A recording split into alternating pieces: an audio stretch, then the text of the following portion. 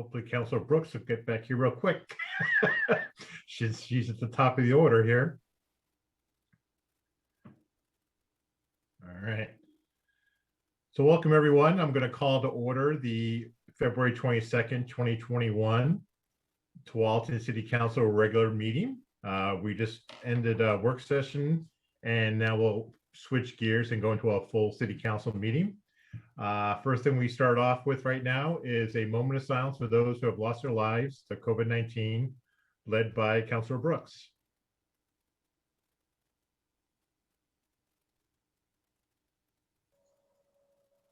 You're muted, Bridget.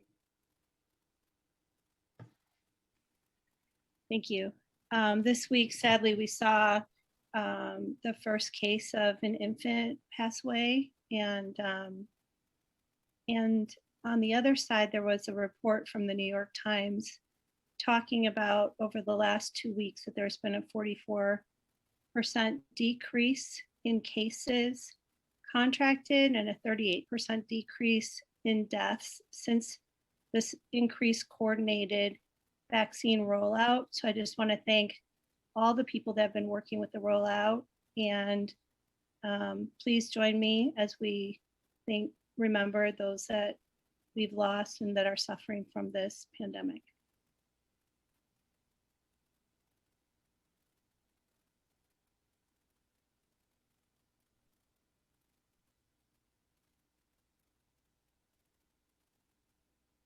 Thank you.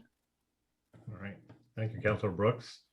Next up, we have a proclamation and a resolution. First is a proclamation that I requested we do on behalf of the United States Conference of Mayors. There's an effort nationwide to have as many cities as possible declare March 1st, 2021 as COVID-19 Memorial Day. As we all remember, about a year ago today, things started changing rapidly in our world, and COVID-19 swept in and changed everything we've been doing for the last year. So there was a movement by mayors across the United States to have this declared as a Memorial Day, that we don't forget that, not that we would, it's been a year.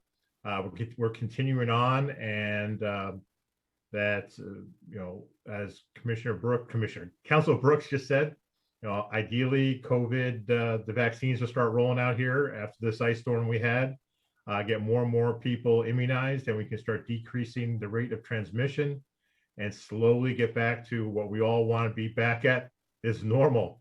Had a joking conversation the other day with a couple of folks saying they want to get back to boring.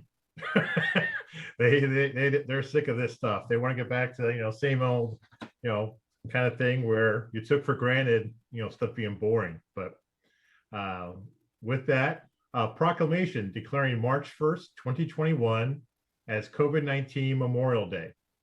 Whereas COVID-19, also known as SARS-CoV-2, is an illness caused by a virus that can transmit from person to person and has spread across the world, creating a global pandemic that is having catastrophic effects on human life, our community, and our economy.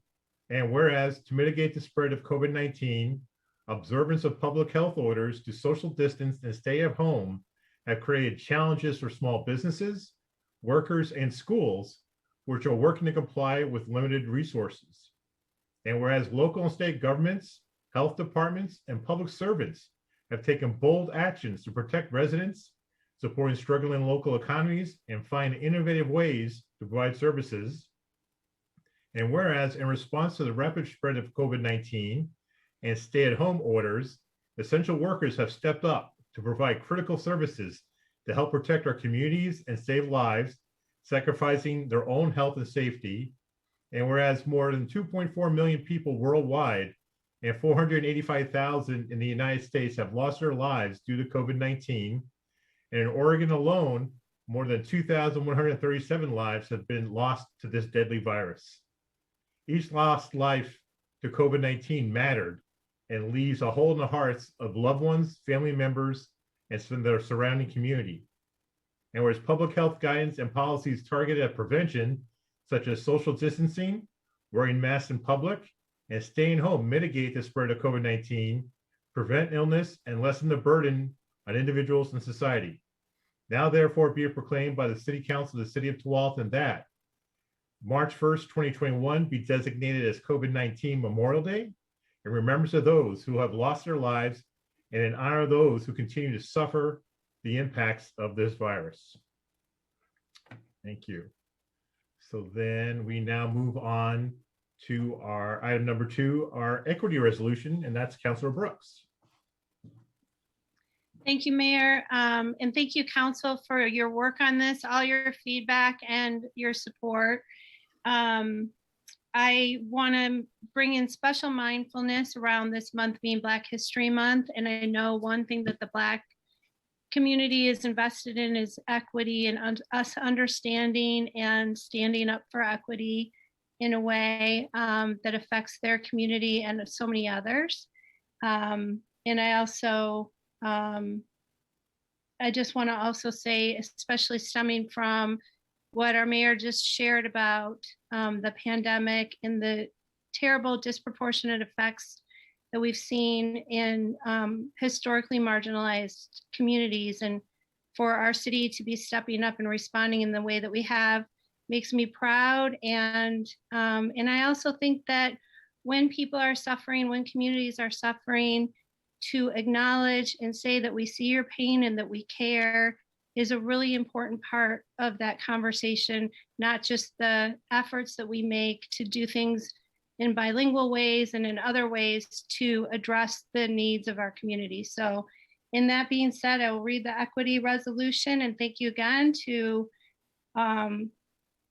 everyone, and also to the National League of Cities for providing the framework to help with providing this resolution for us. So equity resolution.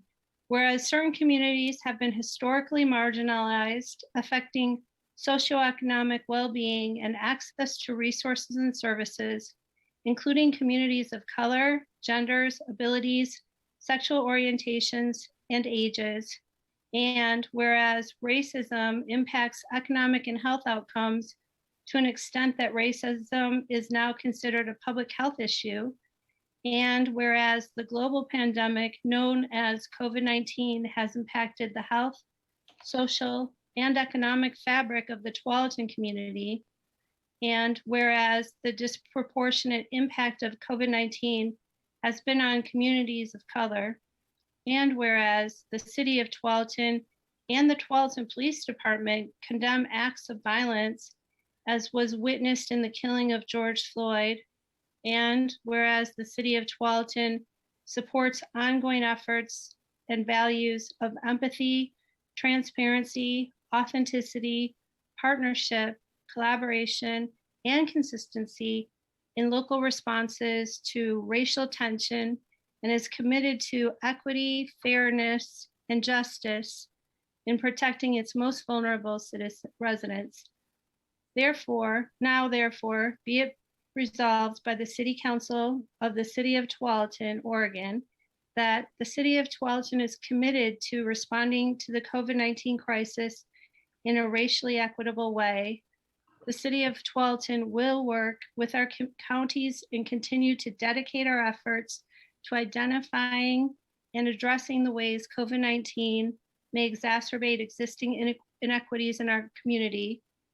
The City of Tualatin will continue its ongoing analysis and support in strengthening, acknowledging, and honoring the Tualatin Police Department's leadership through efforts such as community conversations, community policing, and de-escalation training and techniques that ensure the health and safety of our residents. The City of Tualatin supports ongoing efforts that promote inclusion, access, accountability, and the other anti-racist policies in our city, and is committed to setting a tone that rejects dehumanizing language in our society that can result in historically marginalized groups to be perceived as other. The City of Tualatin supports increasing access to social and health services for marginalized communities with measures such as translation services. This resolution confirms the City of Tualatin's commitment to local actions that promote equity, and the City Council encourages all who read this to support these values of equity, introduced and adopted this 22nd day of February 2001, City of Tualatin, Oregon. Thank you. Thanks. All right. That brings us to item number 3 in announcements, housing webinar announcement. Who's running with this one? I'll take that one, Mayor. All right, Steve. Thanks. And I'll just share my screen as well, but we just wanted to take this opportunity to announce that the Planning Division and Community Development is hosting a webinar on housing, specifically the Missing Middle Housing Code amendments, where we're seeking input from the community this Thursday, the 25th from 5 to 6 p.m. The details are in the flyer. People can contact me or planning@tualatin.gov if they want us to send them an invite specifically. And yeah, we're just thankful for squeezing us on the agenda to make this announcement. All right, thanks, Steve. So it is a Zoom meeting. Looks like it. It is a Zoom meeting, yes. And so folks can find us on the website too. Yep, and Right. it's in our planning page as well. Yep. Yeah, thank you. Thank you. All right, that brings us to public comment. Public comment is an opportunity for anyone to address the City Council regarding an item that is not on tonight's agenda. Please keep your comments to about 3 minutes. If there's anyone who would like to address the City Council, this is the appropriate time. I know I had a few people let Nicole know they wanted to speak. So the first is it Mike?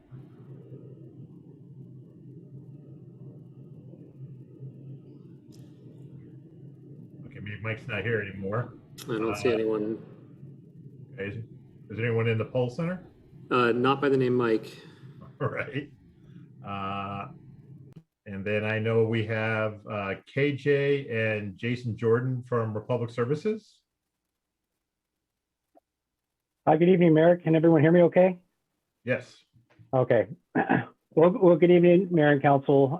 For the record, my name is Jason Jordan. I serve as the General Manager with Republic Services, which is the city's franchise hauler for recycling and garbage.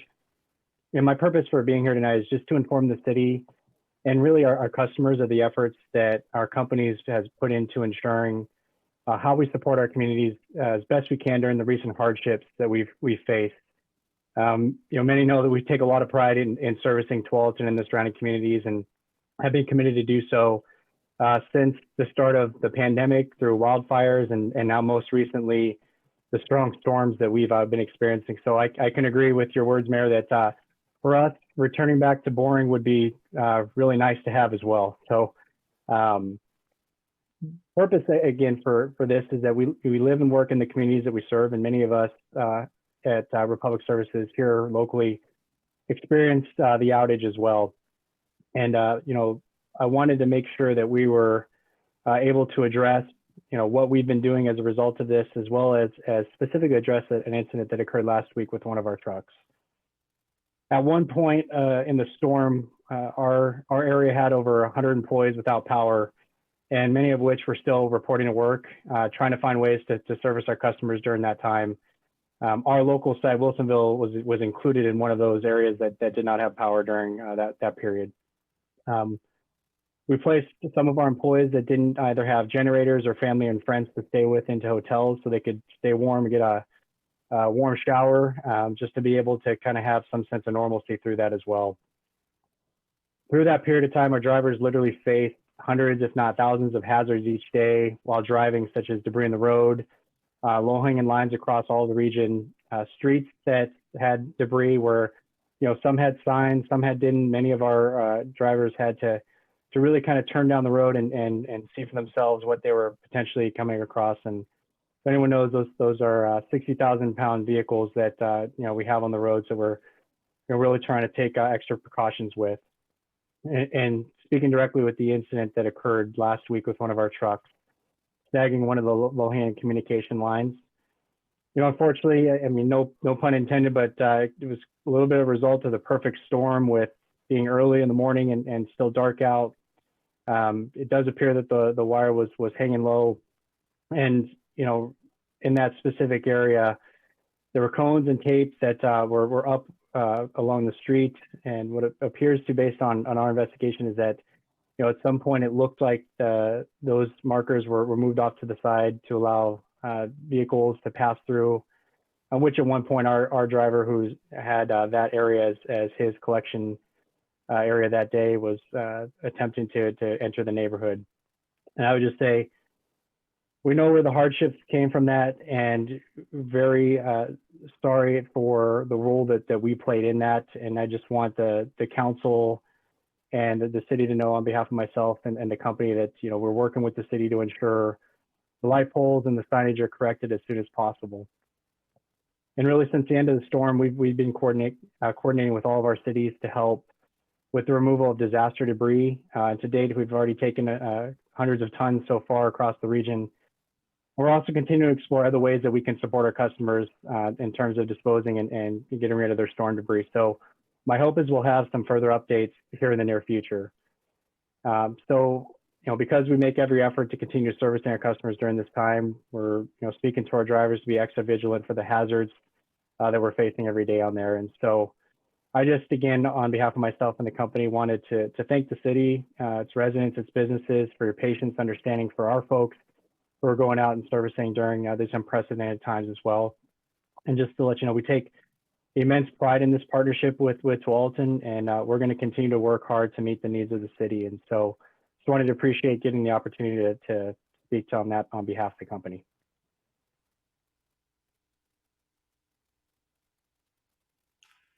You're on mute, Mayor. We all do it every once in a while. Yep, we slip. Thanks, Jason. We appreciate the effort and the update. And yeah, we all heard about the incident, and very grateful that Republic is, you know, taking responsibility for it and will correct the mistake. Are there any other folks who would like to speak during public comment? There is Mayor Bob Haas is here. All right, Mr. Haas, floor is yours.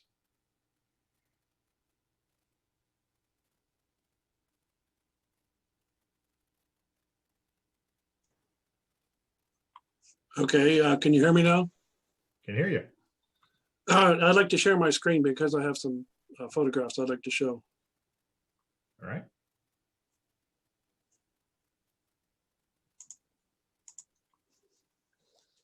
Mr. Mayor and Council, you know, this ice storm is probably the largest disaster to hit the city since the flood of 1996, which was almost exactly 25 years ago, and I remember it well.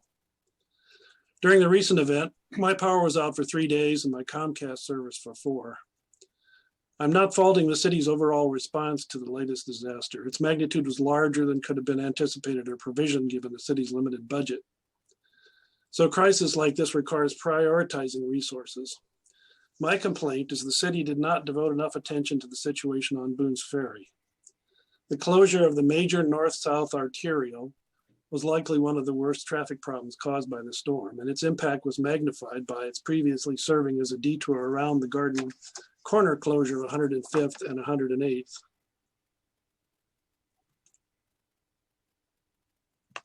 Now I'm trying to get to the next screen. Okay.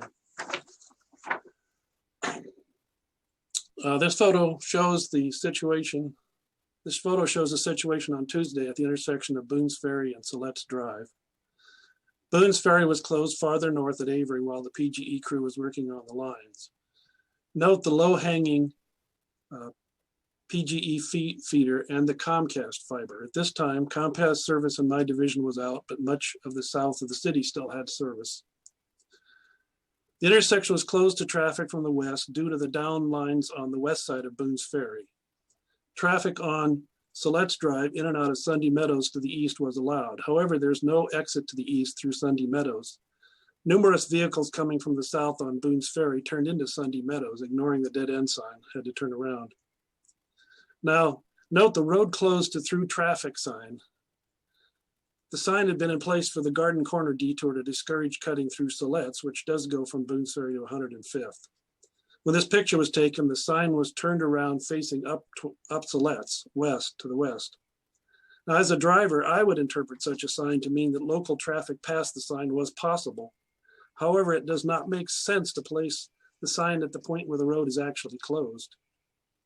Also note the relatively sparse warning material marking the closure of the intersection. Just some yellow tape, a safety cone, and a couple of warning standards.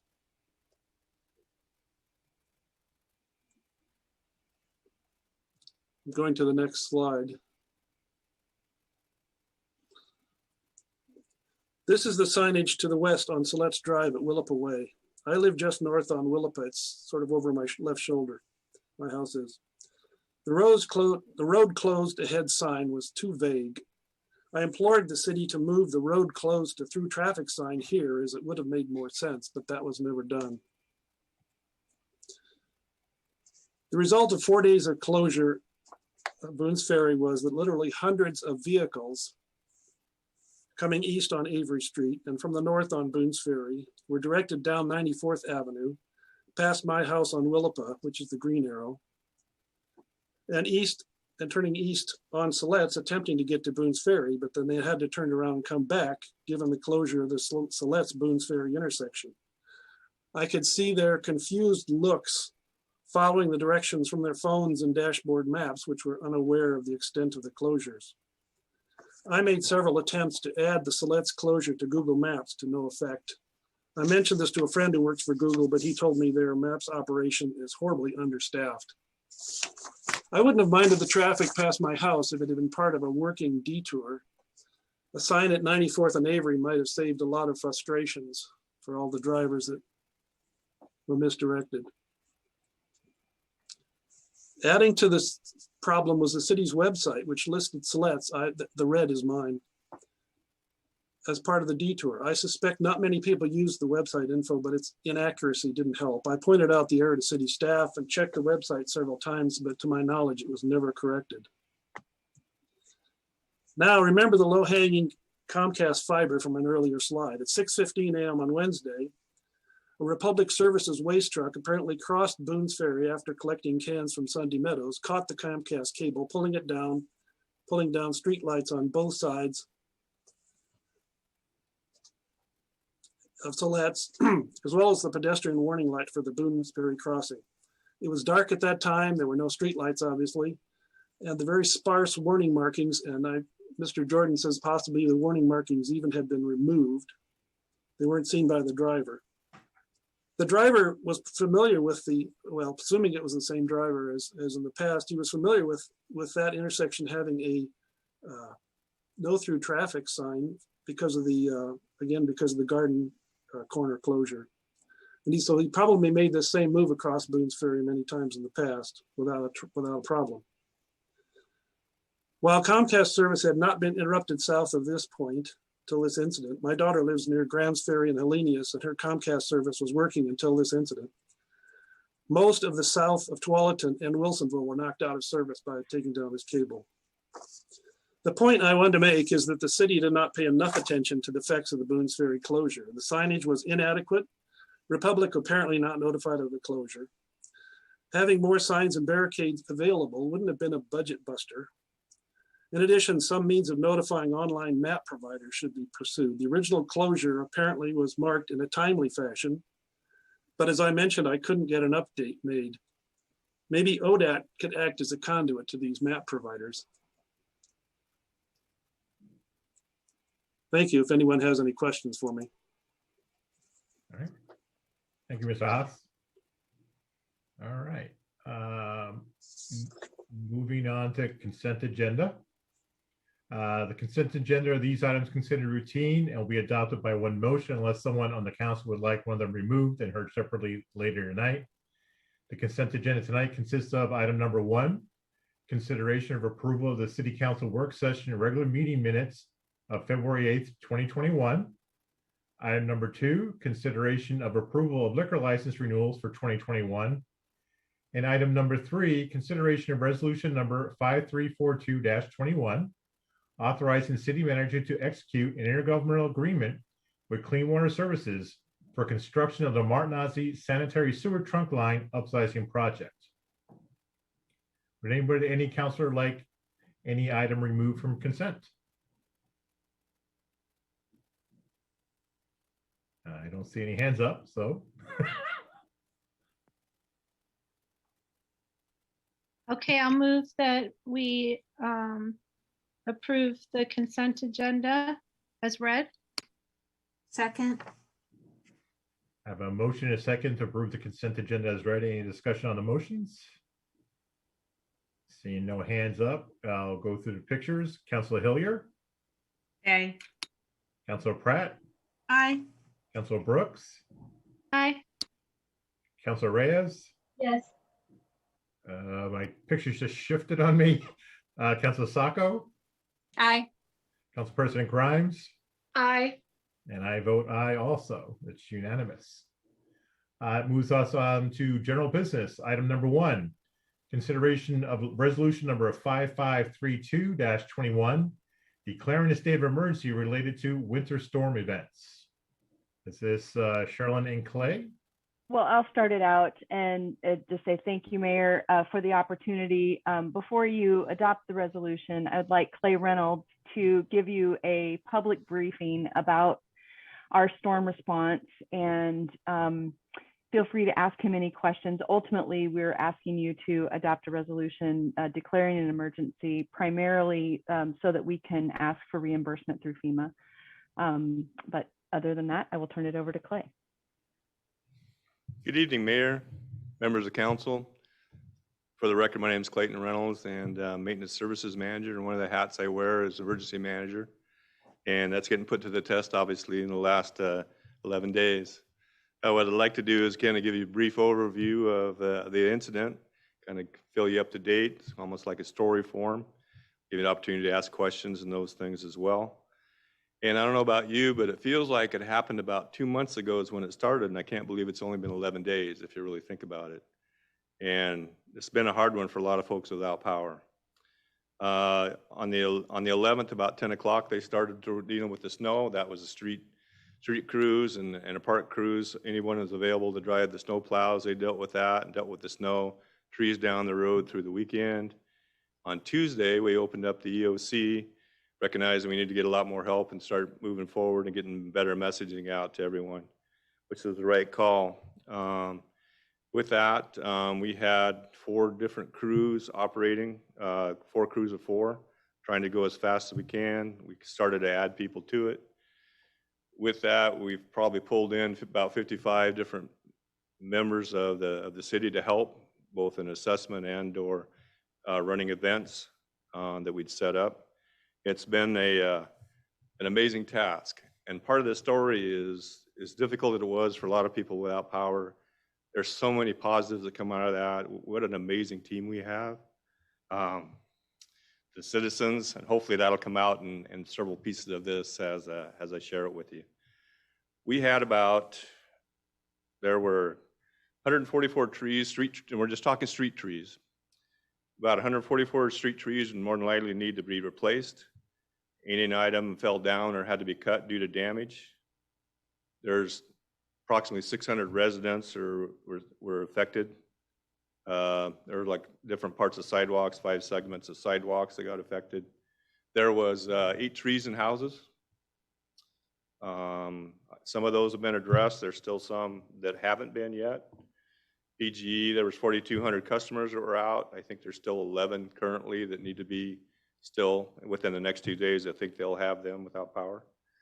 So a lot of impact, a lot of things happened, a lot of road closures, and while we did a lot of things right, we recognize, as Mr. Haas said, there's things we could have done better, had more signage. For example, that incident, overnight, somebody decided they wanted to remove that barriers, and that's how the barriers got removed and why the truck went in. We're not sure who or why, but that's part of the reason for that. Through that, in ascertaining and assessing the assessment, our building codes division, a couple of those, getting fresher from the police, all the building codes division, they started doing assessment of the city. That's where those numbers come for the streets and the trees that were down. And then we recognized that we need to do something for the citizens. There's a huge need out there. We opened up 4 sites. We used Park and Rec Division and their event expertise to pull in and put in volunteers for each of those sites. Those sites are Browns Ferry, Folly Park, the high school, which we owe a huge thank you for them for allowing us to use the parking lot. Ended up being larger than what they would like, considering it's a brand new parking lot. I would have been a little nervous to put vehicles and those things on there as well as Libach Park. And a lot of positive feedback with that. There was over 66 volunteers. Out of those 66, 60 of them came from the CERT response team. There's an advantage to that program. It really showed today. Most of them, over half of them, served on multiple shifts. So if it would have been for them and the volunteers, we would have had a difficult time running that and doing that. I don't know how many of you have seen the pictures that are out there, but there's a lot of debris, and we're still going to continue to work on that. As we're moving forward with that too, we also want to thank Clean Water Services. We were able to get a couple of backhoes, helped us obtain some trucks to help us. Washington County's given us a truck they just finally got freed up. We'll get that tomorrow. A lot of folks helping us out. And then I also want to talk about the residents for a second. Amazing, just simply amazing. What there's one group, I think it's in Fox Hills. They brought in their equipment, probably spent about $30,000, $25,000, $30,000, cleaning up neighborhoods. Everybody helping everybody. Amazing.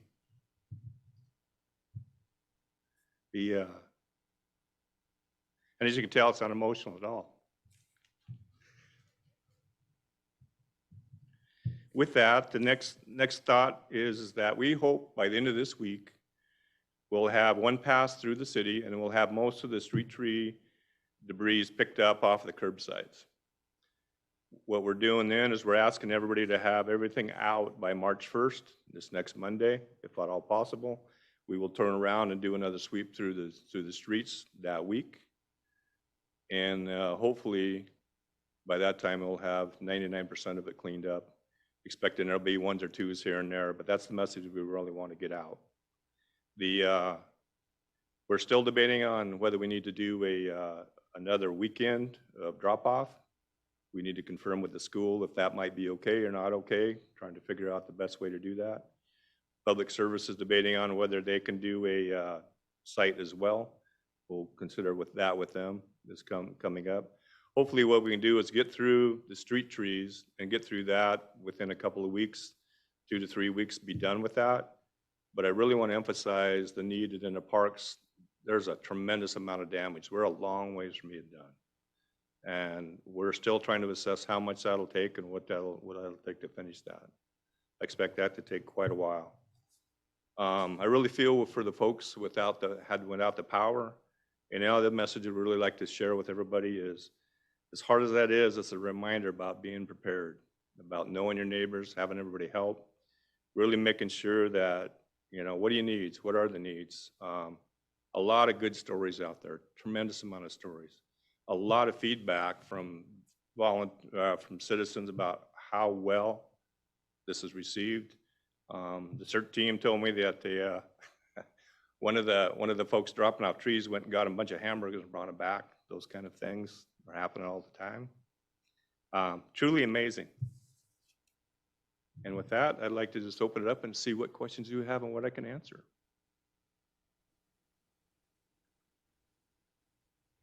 Thanks, Clay. I want to also recognize the work the city employees did and volunteers.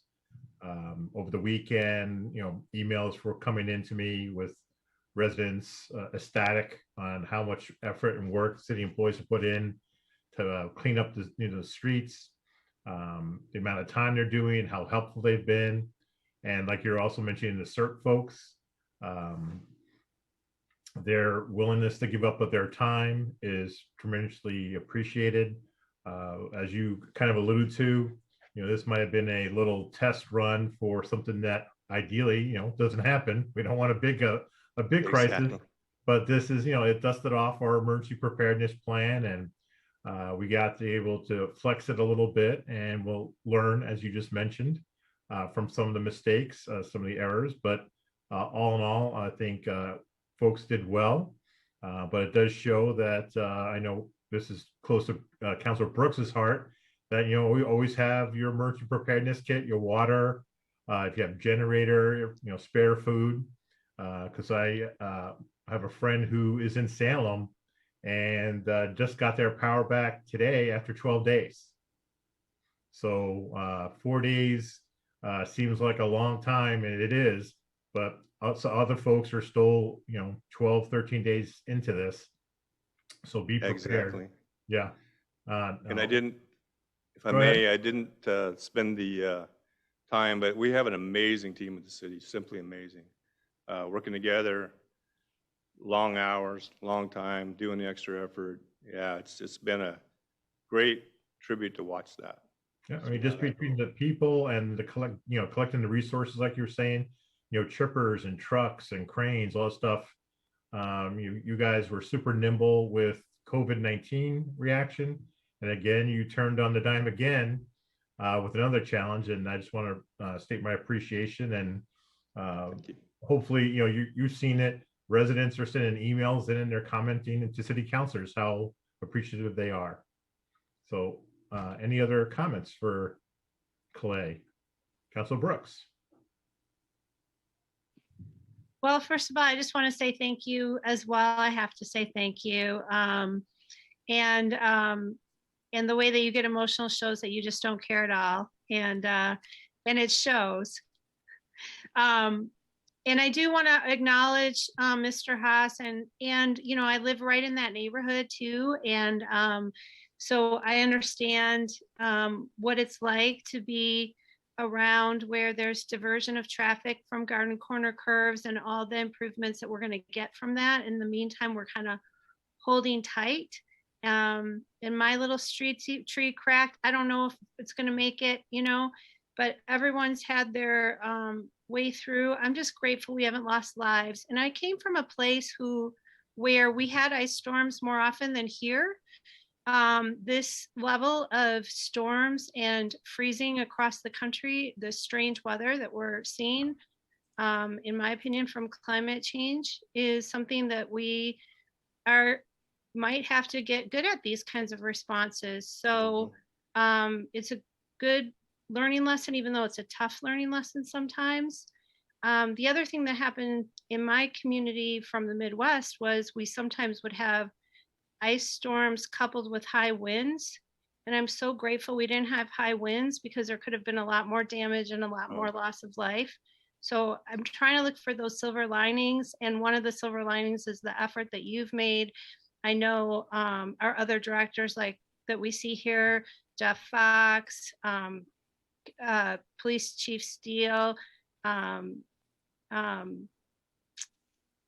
with Ross, with parks, and the hanging limbs and trees that we've seen around. And the other thing I really wanted to comment on, and all the people that helped with CERT, and I'm sure that Kathy Holland was involved with that as well. And then the other thing I want to thank personally too is, in my particular case, a way that I've been able to keep up has been with the help of my landscape company that helps me out. And I think it's just really important, you know, when we're talking about different people that are working when they might be suffering and they might be having things going on. And in my case, my landscapers are people of color, and they're out there helping me dig out, and I don't know what's happening in their own lives and their own families. So it is a really all hands on deck. And I just wanted to say something. So thank you again, Clay, for coming tonight. And yeah. I will say it was amazing how many people were helping each other. Very diverse group of folks doing that as well. At the high school at one point, just at one particular point waiting to get in, there were 27 vehicles. We didn't do a vehicle count, but there were hundreds of vehicles going through the sites. So it was very impactful. Yeah. All right. Thank you. Thank you. No, I mean, it's, again, tremendous effort, much appreciated. Just more and more lessons learned to be more and more better prepared in the future. Yeah. All yeah, right. Please pass on Yeah, please pass on the negative. I really appreciated Mr. Hawes's viewpoint. He's spot on some of that. It's an unfortunate chain of events. We needed to look at getting some more things. So we recognize there's some things we need to do Okay. as well. Terrific. There's Yep. room for improvement. Always is. All right. Yeah. Councilor Reyes. Yeah, I also want to thank the city for, I was affected during that time, and I do also live in that same street, so you're not alone, Mr. Haas. You have other councilors who saw this, and it was tough. I had not experienced that. I come from really warm climate, so for me, anything below 60 degrees is overwhelmingly cold. So so it's really, but I have to commend the city for putting in place the emergency response and try to help and open warming centers and things like that would help us at least give us some kind of hope. And so I want to thank everyone for putting that in. And I think we learn a lot from first experience. This is the first time I ever experienced something like this. So I think I'm learning as well. So I'm pretty sure next time, and we're going to be a lot more savvy about it, I would say. But yeah, I just want to thank everyone who was involved and helped us, even emotionally, because that was another one. And I just my fellow council members that reached out to me because they knew I didn't have any like electricity or anything like that, and just the people in general, the neighbors and the community, the city. So thank you all for what you do out there. It's not easy, and sometimes we hear feedback that's like different, but I think we're all learning and we're trying, and it doesn't happen all the time. So, but now we know it can happen. Exactly. Thank you. All right. All right. Councilor Pratt. I want to reiterate what everybody else said, but yeah, I was also out of power, and I really appreciate the emergency response team, you coordinating everything so quickly. And I know you really advocated to PGE for us, even though PGE was overwhelmed. And I was just amazed that I went for a walk on the weekend when the storm hit, and there were trees down on Martinezzi and all the roads. And a couple days later, they were cleaned up and those roads were passable. All the trees going into the parks that were down were marked. It was just so quick. And then yesterday, I took debris from the community garden to both at Tualatin Park and the high school. And all the CERT people were just wonderful. They were cheerful. There were mountains of debris piled up yesterday, and they said it was nothing compared to Saturday. So thank you to everybody that put the effort into this and, got our city at least partially cleaned up so quickly. Well, everybody really much appreciates the feedback. Believe me, they work hard. Councilor Hillier. Yes, I'd like to also echo, thank you, Mayor, what I've heard from so many people. And I love the report, and to piggyback on what Councilor Brooks was saying about the silver lining. It's with COVID, we've all been so inside and isolated from our neighbors. And so it was kind of this interesting reemergence of how we could get back out and connect with our neighbors in a COVID safe way to kind of just convene over a different type of crisis. And it was impressive how the city handled it, and we so appreciate that here in my little neck of the woods. And I just thought it was kind of an interesting dynamic that brought people together in a different way. And certainly our thanks to all the volunteers. Oh my gosh, as driving past the high school, I had to do it several times before I could finally drive in, because the IBOC one, which is across the street from me, was kind of full. But anyway, just kudos and thank you to everyone. All right. Appreciated. All right. So the resolution, Sherilyn. Any report on it, or we just go ahead and vote on it because who's going to turn away money if we can get some money to reimburse ourselves? Thank you. The resolution extends the emergency emergency through March 31st. So, and then it will come to a close. So you don't have to, we don't have to come back and get you to revoke it. We think March 31st is the outside. We hope that it's all taken care of by that time, but we just wanted to make sure that we captured all of the expenses and the time. So that's what's before you. Any questions on the resolution? I'll make a motion to approve resolution number 5532-21, declaring a state of emergency related to winter storm events. I'll second. Okay, I got multiple seconds. I have a motion and a couple of seconds for approval of resolution 5532-21, declaring a state of emergency related to winter storm events. Any discussions on the motions? Councilor Hillier,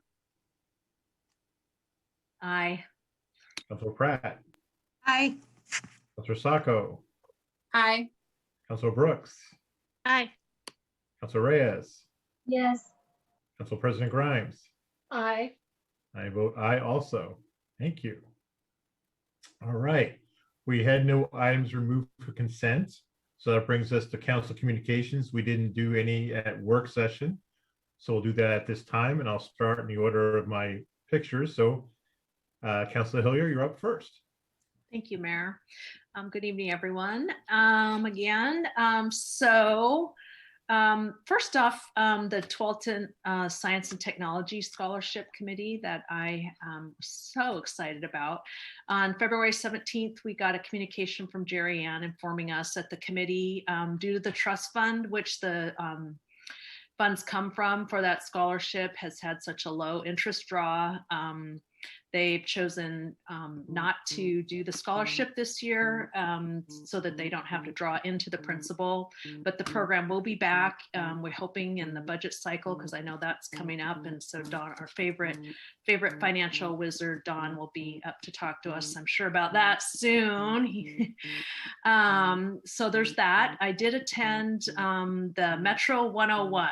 I kind of have to, I'm still, as you know, all learning how these layers upon layers, upon which I didn't know even more layers of groups that come together to try to make sure that our world works well all together. And it was a great opportunity to meet some of the Metro elected officials, as well as other elected officials in the area. We got to hear from their departments, had time to connect in smaller groups.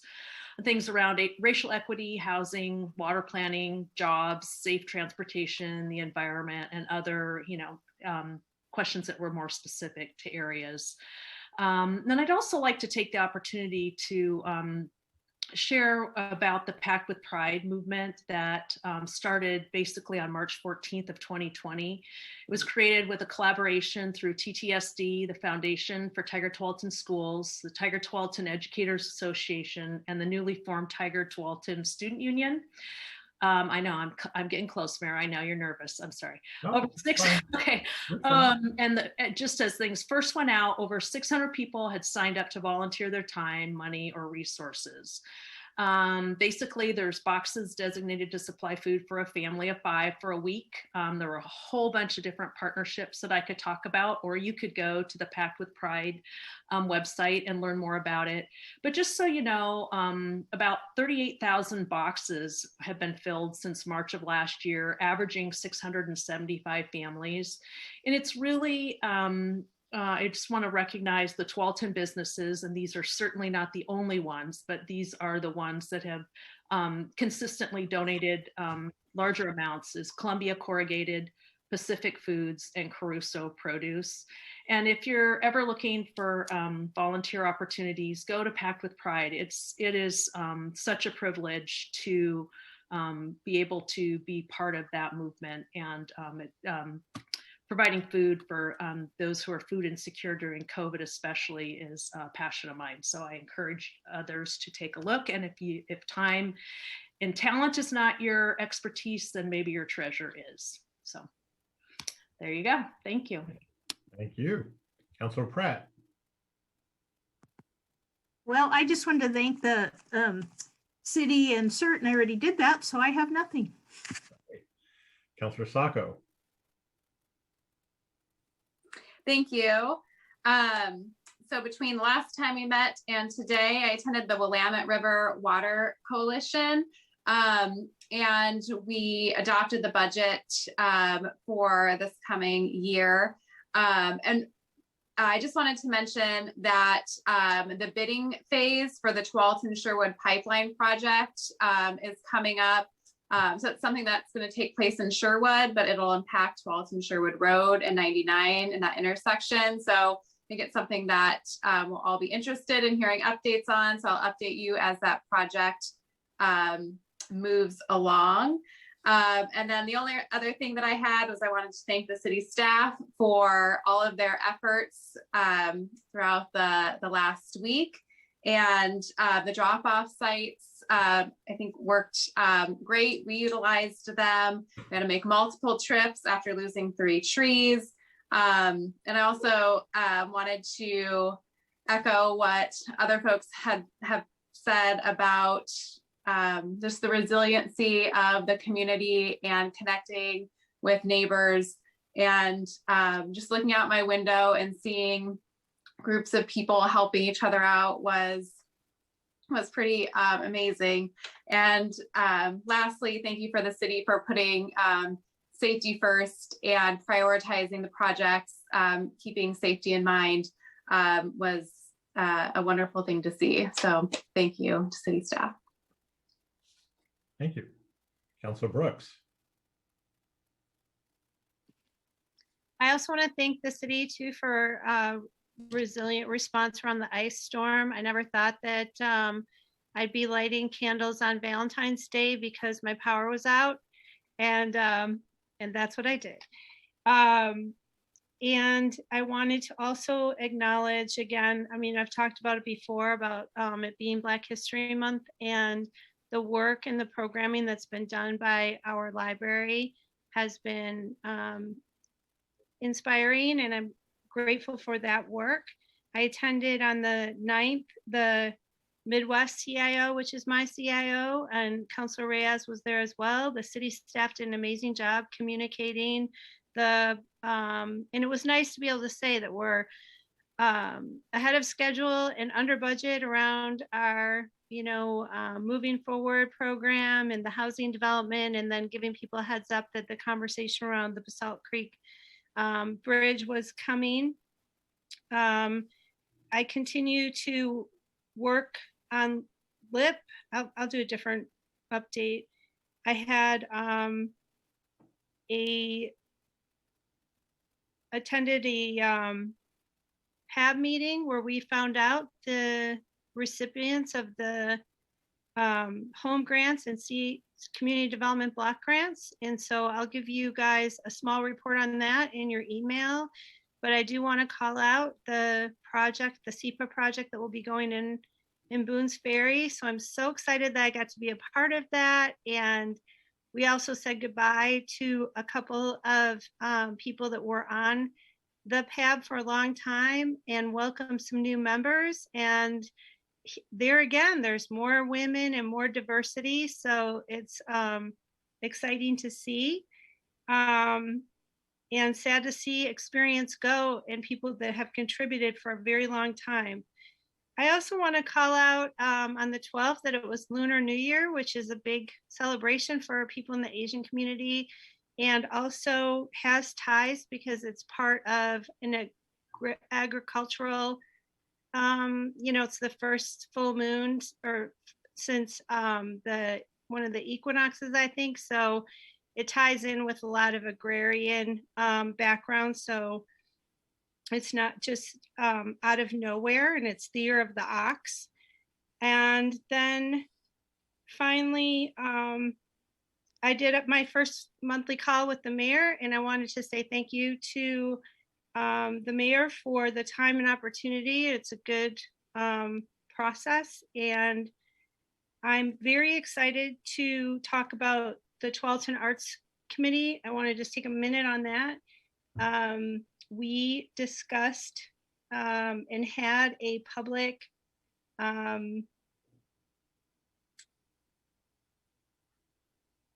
what would we call it? Have it right here, and but it was a public meeting around the new mural that's going to be going in Tualatin Community Park. And the artists were there. There's 2 artists collaborating, and it's going to be a collaborative event with people from our community. And there were people of all ages there contributing to the conversation, envisioning what this mural is going to look like. They have a basic outline, but people that are there get to contribute to it. The artists are Redstone, Rudy Cerna, and Carlos Chavez. And they have 2 different, very distinct art types. One does sort of a pointillism type, and the other one uses spray paint actually for texture. So it's going to be really interesting, and there will be more community conversations or community input opportunities around the mural. So take a look at the website. We didn't have the date yet at the last Arts Committee meeting, but that's coming up, and it's super exciting. And again, this is part of the Psyche grant that was part of how we had the Holiday Lights program, the Donuts in the Park. So if you're not in love with this grant yet, maybe after this mural you might be. And then finally, it's you know, it's a lot of hope for people. It's a holy time for Ash Wednesday starting off. And then LIP, I met on the 18th with another LIP meeting, and that I have 2 more meetings for this phase of the process. We have a draft piece that we've been working on, but it's not ready to be shared yet. So as that information continues to roll in, I'll share more. But again, we've been talking a lot about what we talked about again with the equity conversation and the real need in the community for addressing the serious problem of homelessness and how we're going to do that effectively with the Metro Housing Grant. So I'm excited when I get to the place that I can forward more along for that. And hopefully some of you will join me in the seminar that I shot out earlier today. And I think that's what I've got. Thank you. All right. Councilor Reyes. Thank you. Yeah, I like Councilor Brooks said, we attended the CIO meeting on the 9th, and it's really good to see our community and know who's in our own area. So that was pretty cool. They selected she's a new president, and I think she wants to start selecting new people to help out and stuff like that. So it was a good introduction, a good meeting. I'm always impressed about our diverse community. Every time I go to these meetings, I'm like, oh, I've never seen this person before, or you know. So it's always interesting to see people that live in my community that I never get to see. So I really enjoyed that meeting. Last week on the 18th, I attended the Washington County Consolidated Communication meeting. And it's actually just a budget meeting, but I always call it the 911 meeting because that just kind of reminds me what that means, because I go to another communication committee. So we just basically talk about budget, and there is going to be a little bit of a upgrade.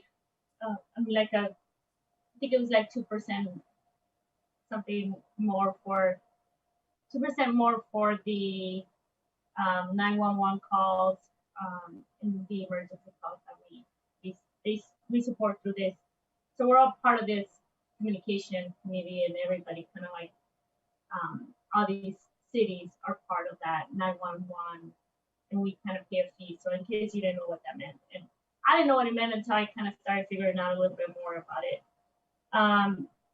And they also just we did some nominations of like vice chairs and kind of like just starting the committee with a new person.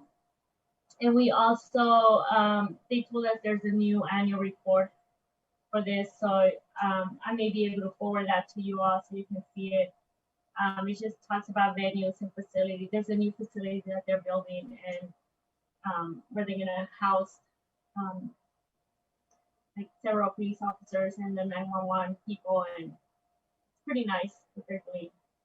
It was part of the bond that was passed a couple years ago, or some years ago. I can't remember exactly, but that's all we talked about. But that's all I had. So thank you. Okay, thank you. Council President Grimes. Thank you. I wanted to reiterate what a lot of people said about the city's response to the storm. I thought it was outstanding. And the community response is just sort of reinforces what I love about our community. I mean, up here in Fox Hills, we just had catastrophic tree damage and damage in general from the storm, and it was amazing to see the community's response to that, and then also the support from the city to go along with that. And you know, the recycling centers that we set up for the storm damage and the amount of debris that was collected and the amount of participation, I just thought was fantastic. And the city's ability to get the word out and communicate with residents so that they knew of resources that were available, I just thought was fantastic. And all of the city staff members that put in so many hours during a horrible time in horrible conditions, I just really applaud them. And I was just exceedingly proud of all of them. Councillor Hillier brought up something that I wanted to ask the other councillors about, and that is the situation with the science and technology scholarship for students this year. Because the fund had such a small return, we didn't have the money to be able to offer the scholarships out without touching the principal of the fund. And given the situation and the economic situation and the extraordinary effort kids are having to put forward right now to complete their education and be successful at it, I'm wondering if we as a council are interested in looking into some, you know, alternate fund source that we have within our purview to be able to go ahead and offer out these scholarships. It's not an enormous amount of money when you look at the council budget as a whole and what our contingency fund has. But for kids that are looking to try to pay their way to school, especially right now with everything that's going on and the economic hardships that the storm and COVID is just exasperating, I just think that it would be really nice if we could continue funding those scholarships. And I was wondering if we could maybe get at least a couple people together that would be in, you know, favor of doing that. And maybe we could talk with Sherilyn and Jerry Ann and find a way to go ahead and fund the scholarships, despite the fact that the scholarship fund itself didn't generate the revenue we need. Would anyone else be interested in having that discussion? Lots of hands up. This is Councillor Hillier. I don't know how the whole thing works, which is why I brought it up. So thank you, Councillor President Grimes. I'm super excited to find a way to continue that work. Yes. Yeah. Sorry, Nancy, my only comment would be as long as we're not dipping into that principle and hurting the future. Right. And that would be that. Thank you, Valerie, Councilor Pratt, I'm sorry. No, I absolutely agree. I'm not, believe me, I'm not advocating dipping into the principal. I'm just thinking with all the funds the city has available, with our very large contingency fund we have as the city, I mean, a few $1,000s to replace the missing interest to help local kids right now and encourage them in their education. I just think that should be like the, you know, right up there on top of our list of our priorities. And I'd like to see that completed if possible. So can I make one comment about it too? I think that maybe having it tied in with the fact that we're doing the maker space, we're getting the STEAM librarian, and it just seems somehow that we could tie those things together. I don't know how, but that's where I go with what you're talking about. Yeah. Well, I think the scholarships just support everything that the city's been doing to support the makerspace and, you know, kids that are achieving in those areas. And I just think that we really need to support that. So if Sherilyn could maybe help us with this and make sure we don't miss our window of opportunity to have kids make application for the scholarship money. That could be Well- something we bring up there, or we're not too far away from budget discussions. It's looming. So it might be something we bring about budget. But Sherilyn wanted to say something. Well, I mean, you can certainly give us direction to go try to find some money to supplement that scholarship. I will say that it was a trust that was for a specific purpose, that we've given scholarships for the last, since it was given 25 years ago, I believe. And so we don't have any other scholarship like opportunities, or the council has never had that discussion about supplementing in any way. And while you're correct, we do have contingency and reserves. Those are for specific things. And I mean, if you want to have the discussion about a specific scholarship supplement from somewhere else, I'm happy to have that conversation. But we have had this situation in times past. Back in, it was just maybe 5 or 6 years ago, depending on the interest, we've given different levels of scholarship. It went down to, there's been a couple of years in the past 10 years since you've been on council, Council President Grimes, where we didn't give the scholarship, and then there's years where we gave like $2,000, which is a high, just depending on the interest income. So I guess I would be hesitant to, although you're the boss, but I would be hesitant to kind of stray outside of the scholarship parameters. But again, I'm happy to do what your will is. If I could add just another wrinkle. So depending on how this is developed, there's a public purpose doctrine that comes into play. And so city funds can only be used for generally for a public purpose that serves the city and the functions of the city. And so when we add scholarships, that gets into areas where some legal research would have to be done just to make sure that however this is set up, and I'm not saying it can't or can, it's just an area that I'd have to do a little bit of research in. Okay. It might be something where we do a publicity campaign, some kind of contributions, similar to what the Library Foundation does. You do fundraising and you replenish the funds outside of city budget. A group of people get together and basically do fundraising. This way, you don't get in trouble by Mr. Brady. Yeah, and I don't want to bring any hardship on staff or, cross any boundaries, but I just thought, with such extraordinary circumstances going on right now of all the years to not be able to offer anything out, I kind of thought it was a bit of a tragedy and a missed opportunity. And if there was something that we could do, I'm on board to help do it. If somebody can just give me appropriate direction of which way I should start that and not get us into trouble with Sean or anybody else. Council Pratt. Oh, I'm just wondering if the scholarship committee could kind of maybe have a little impromptu meeting and come up with ideas. And I think the fundraising is great. I'd give it to it, and it wouldn't take long to, get a couple $1,000s built up for people. So I think that's a great idea. Yeah, that's a good idea, Council Pratt, to have the committee work on a plan.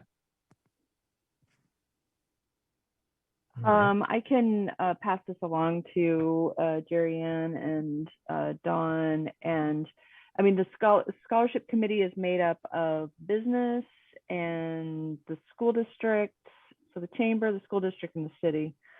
And so I can pass this along and have Jerry Ann and Dawn kind of put their heads together and maybe meet with the committee to talk about next steps.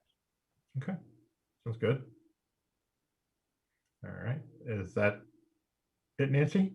Yeah, that was it for me. All right. I just got a few things. First, I want to congratulate Councilor Brooks. She was elected as vice chair of the Washington County PAB committee. So she picked up the reins for years ago. I became vice chair, then eventually became chair. So there's your challenge. You got to get rid of that pesky mayor from North Plains, Mayor Lanahan, to become the chair. But congratulations, Bridget. I also want to thank Heidi Marks, our special projects coordinator. Over the weekend, I had 4 people ecstatic who found some hearts in the city. And this one woman said she's been in a very dark place. She was, like a lot of us, COVID's starting to get to her. She found this heart and it just made her day, made her week. So as Councilor Brooks just said, this is part of the Psyche grant. It's doing what's supposed to. There was quite the rush, I guess, in my neighborhood because 2 or 3 were found over here at Jurgens. So people were scavenging for them. But I just want to give a big shout out to Heidi for that idea and getting it out there. I know she has some more planned in March, and stay tuned for that. She's also started promoting, the rain event, running 20 miles, walking 20 miles, wherever you want to do for 20 miles. Registration opens up here shortly. It's all over Facebook if you haven't seen it. On the 9th and 10th of February, I was spent most of the day, some of the day, lobbying on behalf of the Metro Mayors Consortium. I'm the chair of the Workforce Development and Economic Development Committee. So we spoke with several of our legislators. The 3 key things I spoke about was obviously COVID-19 economic relief, both for business and residents. The need for municipal broadband. So you'd have cable equity, if you will, that all folks, no matter what their income is, can have access to the internet. COVID-19 has shown us that there are the haves and have-nots when it comes to internet access. And a lot of municipalities would like to get into the business of providing service to those that Comcast, Ziply don't want to. So we're lobbying in Salem to allow us to do that. And then finally, there's an idea for a funding package for drinking water and sewer rates, kind of like what we're doing with community action, but that gives us additional funds so that cities will be held harmless, if you will, on, we've been waiving fees or not billing folks, not turning people's water off. There are several cities that have used up their allocation of funds, but still do not obviously want to turn off people's water and sewer and power and stuff like that. So the MMC is advocating very strongly that the state legislature create a fund to help cities pay for that. On the 17th, I had my chair's mayor meeting for Washington County with Chair Harrington. Next day was Chair Smith's turn with Clackamas County. I sent you the notes about that meeting. And finally, today I got an email from Rose Money. You'll know she's the head of Family Promise of Tualatin Valley.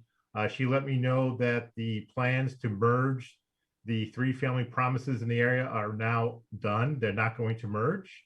They're going to stay independent. They couldn't put it together. So Family Promise of Tualatin Valley will continue on in its mission to helping folks in our region who are experiencing homelessness. And that's all I have for this evening. Can I throw one more announcement? I'm sorry, I forgot something I promised I would do. I'm You're sorry. right over your 5 minutes, Miss Brooks. Just Real a quick one. It's for our former mayor. Now you're really not going to let me do it. I just want to say that I was with the business advisory, and Advocacy Committee, and they are talking about more diversity in that committee. So if you are in the chamber and you're a minority-owned business, a women-owned business, please consider joining us. That's all I want to say. Thank you very much. All right. So with that, we're up to adjournment. Do I have a motion? So moved. Second. I have a motion and a second to adjourn our meeting for this evening. All those in favor, just say aye, raise your hand. Aye. Aye. All right, it's unanimous, John. All right, everyone, have a good evening, and we'll see you around. Take care. Next time.